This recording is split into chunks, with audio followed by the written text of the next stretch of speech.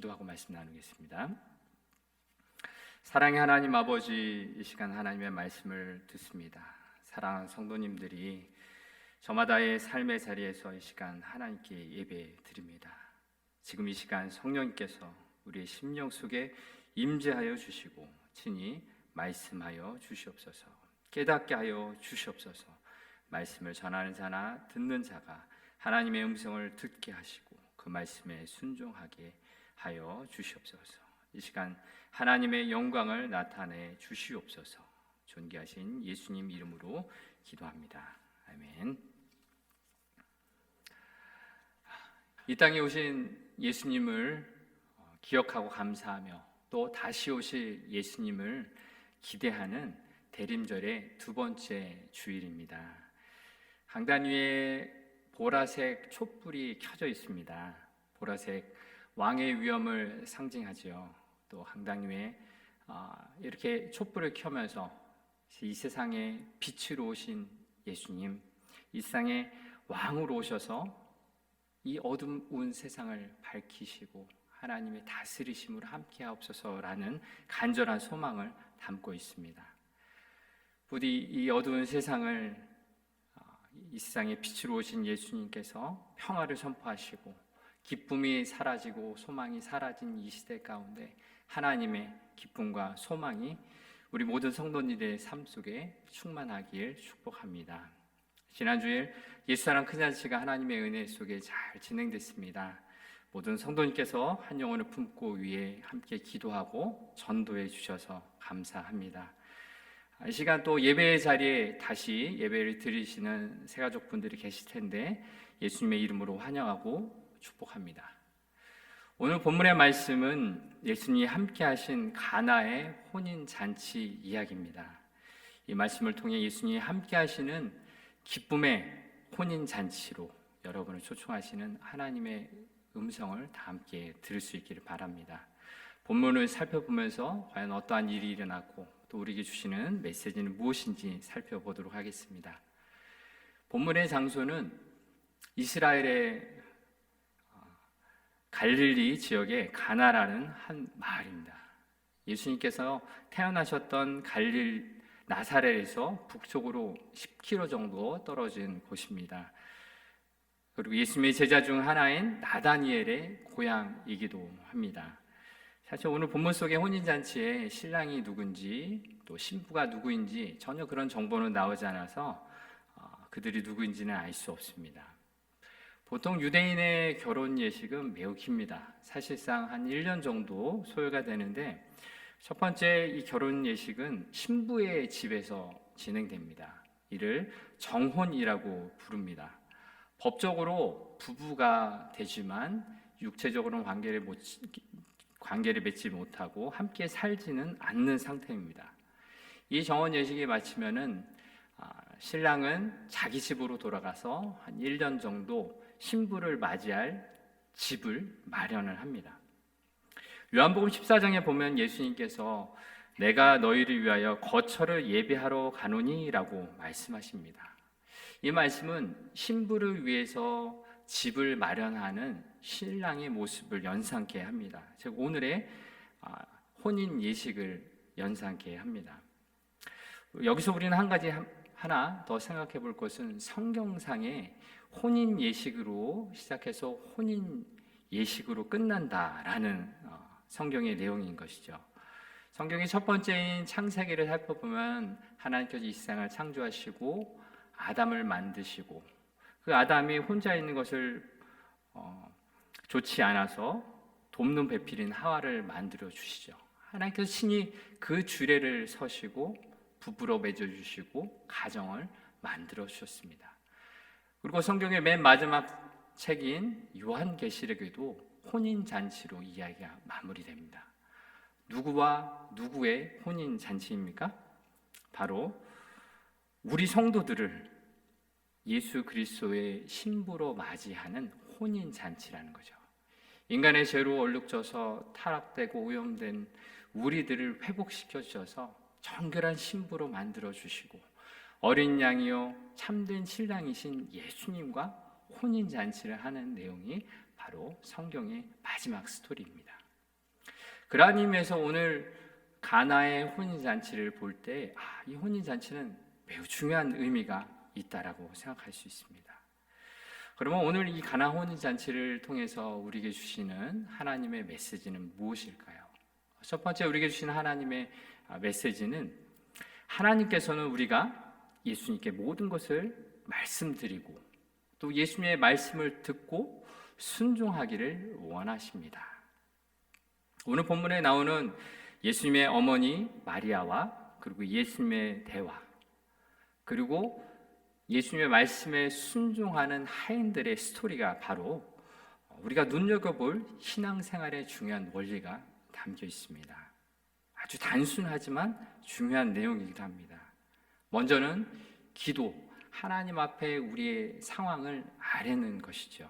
그리고 있는 모습 그대로 내어놓을 때 또 하나님의 말씀을 듣고 무슨 말씀이든지 그 말씀에 순종하는 것, 이것이 바로 신앙생활의 원리입니다. 본문 3절 하반절을 보면은 예수님의 어머니 마리아가 예수님께 말하는 장면입니다. 3절의 말씀입니다. 예수의 어머니가 예수에게 이르되 저들에게 포도주가 없다 하니, 어머니 마리아는 예수님께 이 잔치집에 포도주가 떨어졌다라고 이 상황을 있는 그대로 말하고 있습니다. 마리아는 예수님께 이 혼인 잔치집에 벌어진 난감한 상황을 알게 되고 또 그 사실을 예수님께 전한 것뿐입니다. 그 이상도 그 이하도 아니라는 것이죠. 예수님께 무언가를 해달라고 요청하는 것이 아니라 그저 있는 그대로의 상황을 말하고 있는 것입니다. 보통 유대인의 이 혼인 잔치가 7일 정도의 긴 기간에 성대하게 펼쳐집니다. 잔치에 참여한 사람들은 음식과 이 포도주를 마시면서 이 신랑과 신부 또 그 가족들을 축하하며 즐겁게 보냅니다. 이러한 잔치에서 빠지면 안 되는 것이 바로 이 포도주인데, 이 본문의 상황에서는 이 포도주가 다 떨어졌다라는 거죠. 이 혼인잔치를 준비했던 이 혼주의 이 마음이 어떠했을지 정말로 난감했을 것입니다. 그것을 안 어머니 마리아는 예수님께 알립니다. 어떤 성경학자들은 이 마리아의 이 예수님께 말한 이 내용을 가지고 예수님께 무언가 도움을 요청한 것이다, 간접적으로 요청한 것이다 라고 말하기도 하지만 예수님은 아직 공생애를 시작하지 않으셨어요. 어떤 기적이나 능력도 행하지 않은 상태에서 이 마리아는 어떤 요청을 한 것이 아니라 그저 있는 그대로의 상황을 말씀드린 것이라고 말할 수 있습니다. 어머니 마리아는 태중에 예수님을 임신하면서부터 예수님이 누구신지 알았던 것이죠. 하나님의 아들, 바로 이 예수님이 하나님의 아들이라는 것을 세상에 누구도 몰라도 이 마리아만은 알고 있었던 것이죠. 그러한 예수님 앞에 자신의 알고 있는 상황, 우리의 문제들, 기쁨이 없어진 이 혼인잔치의 문제를 있는 그대로 말했다라는 것입니다. 바로 이것이 중요한 사실이라는 것입니다. 마리아처럼 예수님이 누구신지 아는 사람은 그저 있는 그대로 예수님 앞에 말을 할 수가 있습니다. 바로 이것이 기도의 출발점입니다. 예수님께 무엇을 어떻게 해결해 달라고, 내가 원하는 방법과 때를 이야기하면서 이렇게 이루어 주세요라고 말하는 것이 아니라 현재의 상황, 답답한 심정을 그저 하나님 앞에, 예수님 앞에 말할 수 있다는 것입니다. 그리고 나서는 이제 예수님의 대답을, 예수님의 말씀을 기다리는 것입니다. 자, 그럼 본문에서 예수님은 어떻게 반응하셨는지 본문 4절을 한번 보겠습니다. 예수께서 이르시되 여자여 나와 무슨 상관이 있나이까 내 때가 아직 이르지 아니하였나이다. 예수님의 이러한 대답은 어찌 보면 차갑고 또 거절하는 듯한 뉘앙스가 들리기도 합니다. 그런데 다음 구절 한번 보십시오. 이에 대한 예수님의 어머니 마리아의 태도입니다. 5절의 말씀입니다. 그의 어머니가 하인들에게 이르되 너희가 무슨 말을 하든지 그대로 하라 하니라. 아멘. 예수님의 냉담한 반응에도 불구하고 마리아는 하인들에게 예수님이 어떻게 무슨 말씀을 하시든지 그대로 하라라고 하인들에게 지시를 합니다. 이것은 앞서 말씀드린 대로 예수님께 나아갈 때 자신의 상황, 심정을 그대로 표현하고 그러고 나서는 예수님의 말씀을 듣고자 경청하는 자세이죠. 그리고 예수님이 무슨 말씀을 하시든지 순종하고자 하는 의지를 드러낸 말입니다. 어떤 나의 바람과 요구를 드러나기 전에 우리의 상황이 그리고 우리의 형편이 또 우리의 마음을 다 아시는 예수님께 그저 나아가고 이제는 무슨 말씀을 했든지 경청하고 순종하겠습니다라는 신앙생활의 아주 중요한 이야기를 하고 있습니다. 그 결과 어떻게 되었습니까? 예수님은 손님들의 손과 발을 씻기 위해 마련된 돌 항아리에 그 물을 담은 돌 항아리에 물을 채우라라고 말씀하십니다. 그래서 하인들은 그 말씀대로 그 돌 항아리에 아귀까지 물을 가득 채웁니다. 그리고 더 납득되지 않는, 이해되지 않는 예수님의 말씀, 그것을 떠서 연회장에게 갖다 주라라고 말씀하십니다. 하인들은 이해되지 않았지만 그대로 순종합니다. 그러자 그 방금 떠왔던 그 물이 포도주가 된 것입니다. 아주 놀라운 기적이 일어났습니다. 예수님이 말씀하신 대로 순종했던 이 하인들을 보면서 우리가 기억해야 할 것은 기다리던 예수님의 말씀을 들었을 때 그 말씀에 오롯이 순종했을 때 우리의 문제가 해결되는 그 기적이 벌어졌다라는 것입니다.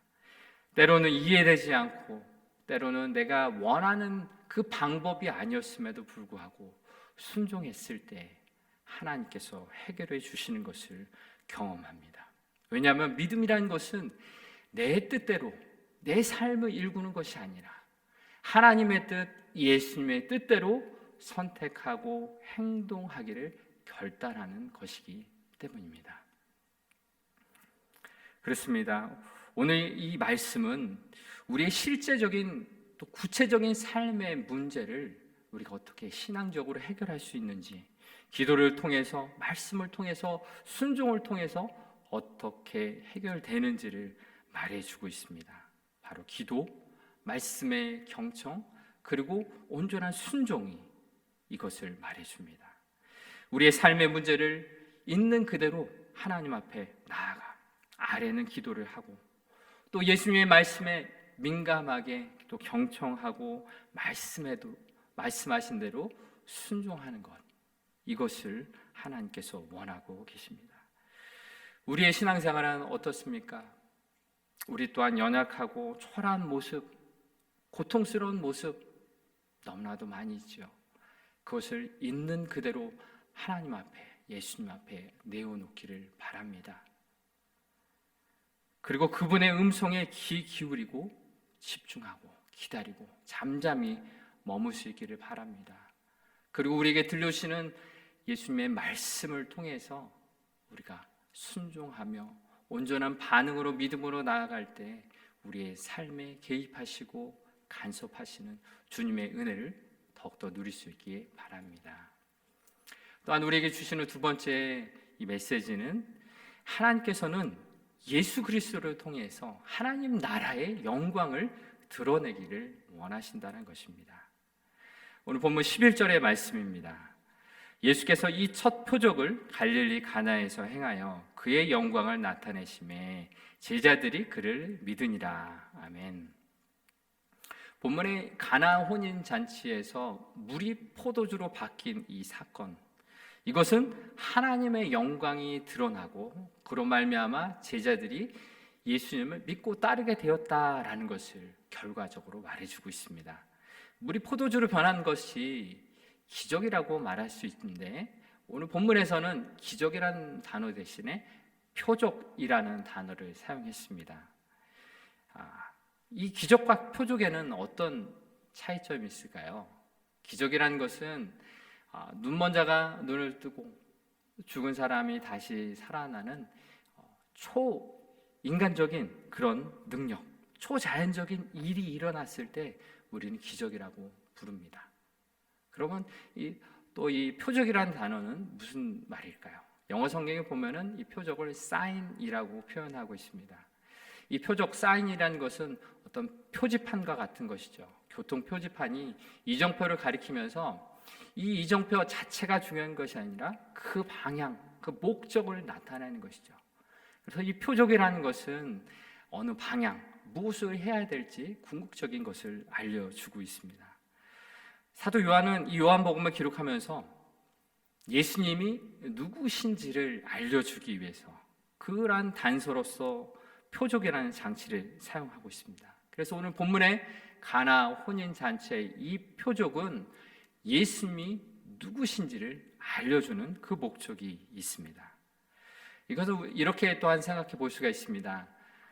여러분, 결혼식의 주인공이 누구죠? 결혼식의 주인공은 신랑 신부죠.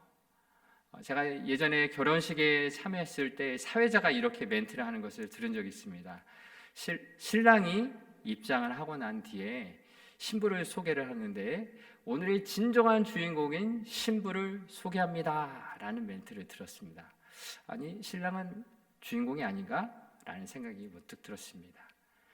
신부를 열렬히 환영하자, 박수해주자 라는 의미로 이해해야겠죠. 그렇습니다. 오늘의 본문을 보면은 그런데 신랑과 신부 이야기는 전혀 등장하고 있지 않습니다. 신랑과 신부가 주인공임에도 불구하고 예수님이 이 난감한 상황을 해결하시는 주인공처럼 보이는 것이 오늘의 본문의 이야기입니다. 바로 표적이라는 단어를 사용한 것이 이러한 의미라는 것이죠. 물로 포도주를 만드는 이 기적을 일으키신 예수님은 진정 하나님의 아들이시고 또 하나님께서 친히 예수님을 통해서 하나님의 영광을 드러내고자 했다라는 것이 바로 오늘 본문의 표적의 내용입니다. 여러분께서도 때때로 우리의 삶 속에 기적과 같은 일이 일어나기를 원하시죠. 저는 이 기적이 일어나기를 바라면서 이 시대 가운데 이 코로나로 어려운 이 시대 가운데 이 코로나 바이러스가 힘을 못 주게 되는 일이 일어나기를, 이런 기적이 일어나기를 바라고 있습니다. 그런데 오늘 본문을 보면은 하나님께서 우리에게 요구하시는 것이 있어요. 하나님께서 우리에게 이 기적을 일으킬 수 있지만 이 기적 자체가 아닌 무엇을 바라보길 원하십니까? 예수님을 바라보길 원하신다는 것입니다. 혼인잔치를 표적으로 기록한 목적은 그 기적 자체, 물이 변화의 포도주가 됐다라는 그 기적 자체를 이야기하는 것이 아니라 예수님이 누구신지를 말하는 것이라는 거죠. 우리의 삶에 기적이 일어나도 우리는 그 기적을 통해서 예수님을, 하나님을 바라봐야 한다는 것이죠. 하나님께서 우리의 앞에 기적을 행할 수 있는 분이십니다. 물론 기적을 일으켜 우리에게 보여주십니다. 내 힘으로 아무리 애써도 되지 않은 일들, 아무리 노력해도 힘이 들고 어려운 일들, 그러나 뜻하지 않던 때에 뜻하지 않은 방법으로 기적이 일어날 수 있습니다. 그때 우리 믿음의 사람들은 그저 기적이다라고만 말하지 않습니다. 하나님께서 행하셨다라고 말하는 것이죠. 바로 우리의 삶 속에 하나님께서 기적을 일으키실 때 우리는 그 기적을 일으키신 하나님을 찬송하고 감사할 수 있어야 하는 것이죠. 그런데 안타깝게도 오늘 본문에 나오는 이 혼인잔치에 등장하는 아주 좋은 포도주를 맛본 연회장이나 손님들은 이 기적이 어떻게 일어났는지, 물로 포도주를 만든 이 사건에 대해서 전혀 관심이 없습니다. 그저 포도주가 맛있다라고만 칭찬할 뿐이지 예수님이 어떻게 이 기적을 일으키셨는지 아무도 관심을 기울이지 않는다라는 것입니다. 그들은 포도주를 만드신 예수님, 영원한 생명이신 예수님, 포도주 자체이신 예수님을 몰랐습니다. 요한복음에 기록될 당시의 시대적 배경 이런 상황이 있습니다. 당시 이스라엘은 로마 제국의 식민지였고 로마 황제의 숭배를 강요받았습니다. 이렇게 교회 외적으로의 이런 어려움이 있은 반면에 교회 내부적으로는 이단 영지주의자들의 영향이 컸는데 예수님이 하나님의 아들이시면서 육체로 오셨다라는 것, 이것을 부정하고 부인하는 그런 이단들의 세력이 있었습니다. 이러한 시대적 상황 속에서 요한은 물이 포도주로 바뀌었다라는 이 표적을 통해서 우리 인간의 삶에 뚜벅뚜벅 걸어오셔서 우리 인간의 기쁨이 없는 사라지고 또 소망이 없어진 우리 인간의 삶 속에 우리의 문제에 개입하여 주시는 예수님을 나타내고자 했던 것입니다. 근본 하나님의 본체이신 예수님은 친히 인간의 모습을 입고 이 땅에 오셨습니다. 그리고 우리의 고통과 우리의 슬픔을 이해하고 경험하시고 우리를 돕기 위해 이 땅에 오신 것입니다. 혹시 우리 중에 하나님이 너무 멀리 계시다라고 느껴지거나 우리의 힘든 상황에 개입하고 계시지 않다라고 생각되시는 분이 계십니까?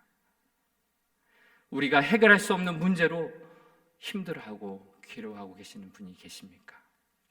오늘의 말씀을 기억하십시오. 오늘의 표적을 기억하십시오. 예수님께서는 우리의 삶 속에 함께 계십니다. 우리의 삶과 떨어지신 분이 아니라 우리의 삶 속에 찾아오셔서 인간의 육신의 모습을 가지시고 우리의 연약함과 우리의 필요를 아시는 분으로 다가오십니다. 기쁨이 사라진 혼인잔치의 영원한 기쁨이자 참 기쁨이신 예수님이 우리에게 찾아오셨다라는 것을 기억할 수 있기 바랍니다. 이 대림절 연약한 인간의 육신의 모습으로 오시고 또 아기의 모습으로 오신 예수님, 그분이 우리의 삶 속에서 오늘도 우리를 만나 주신 줄 믿습니다. 그리고 우리의 구체적인 삶의 자리에 찾아오셔서 기쁨이 사라진 우리의 삶의 자리에 하나님께서 함께해 주심을 믿습니다. 말씀을 정리하고자 합니다. 본문에서 예수님의 어머니 마리아와 또 예수님과의 대화, 그리고 하인들의 순종했던 이 모습을 보면서 우리의 삶 속에 예수님이 꼭 필요하다라는 사실을 절감합니다. 믿음의 삶이란 무엇입니까? 그것은 예수님이 누구신지를 아는 그 믿음으로 예수님 앞에 우리의 삶의 모습을 그대로 내어놓는 것이죠. 우리의 상황과 형편, 우리의 마음을 그대로 있는 그대로 내어놓는 기도, 그리고 예수님의 말씀을 들으며 예수님의 말씀을 순종하고자 하는 믿음의 삶, 바로 이것이 성도들의 믿음이고 믿음의 삶입니다. 바로 이때 우리의 삶 속에 구체적인 삶의 한가운데 살아계시는 예수님을 만날 수 있습니다. 성도 여러분 우리의 삶 속에 무엇을 간구하고 있습니까? 텅 빈 포도주통을 바라보며 그 안에 포도주가 가득 채워지기를 바라며 구하고 있습니까? 그런데 기억해야 될 것이 있습니다. 진정으로 우리가 기도하며 구해야 될 것은 무엇이냐? 진정한 포도주 대신, 기쁨의 근원 되시는 예수님을 찾아야 하는 것입니다. 우리의 삶 속에 예수님을 바라보아야 하는 것입니다. 무언가 기적이 일어나기를 바라기보다 기쁨의 근원 되시는, 생명의 근원 되시는 예수님을 바라보며 찾을 수 있기를 바랍니다. 성령님을 의지하며 말씀에 순종하며 또 바로 그 자리에서 하나님의 영광이 드러나기를 위해 기도해야 할 것입니다. 한 성도님의 간증을 들은 적이 있습니다. 이분은 코로나로 긴 이 터널을 보내면서 집에서 자녀 양육의 문제, 또 낮아진 자존감의 문제, 여러 가지 삶의 문제를 가지고 고통하며 신음하고 있었습니다. 무엇을 위해 기도해야 할지조차 모르는 상태에서 그저 예수님 앞에 자신의 있는 모습 그대로를 다 내어놓았다는 것이죠. 눈물을 흘리며 자신의 못난 모습을 다 내어놓았습니다. 그때 시편 62편의 말씀이 기억나며 그 말씀을 묵상하고 찬송 했다고 합니다. 그러는 과정 가운데 예수님을 만나게 되고 자신의 있는 모습 그대로를 받아주시고 또 용서해 주시고 위로해 주시는 하나님을 만났다라고 합니다. 시편 62편 1절의 말씀이 에서 시인은 이렇게 고백합니다. 나의 영혼이 잠잠히 하나님만 바라며 나의 구원이 그에게서 나오는도다. 영어 성경에는 이렇게 표현되어 있습니다. My soul finds rest in God alone. My salvation comes from Him. 나의 영혼이 잠잠히 하나님만 바라며 라는 이 구절이 영어 성경에는 내 영혼이 하나님 안에서 평안을 찾았다라고 영어 성경에 이렇게 번역이 되어 있습니다. 이것은 무엇을 의미하냐면 우리의 영혼이 하나님 안에서만 참된 쉼을 얻을 수 있다라는 고백이라는 것입니다. 바로 그곳에서 하나님 안에서 구원이 있다라는 것입니다. 이 시인의 고백처럼 우리가 고백하며 나아갔으면 좋겠습니다. 2년간의 이 코로나19로 인해서 우리 마음이 지치고 우리의 몸도 힘들었는데 오랜 시간 해결되지 않은 이런 문제들 속에서 우리 어려움 속에서 완전한 기쁨이 되시는 예수님을 바라보았으면 좋겠습니다. 그리고 예수님 안에서 참된 쉼을 누렸으면 좋겠습니다. 그리고 우리의 구원과 소망이 오직 예수님께만 있다라고 고백하는 믿음의 삶이 되길 바랍니다.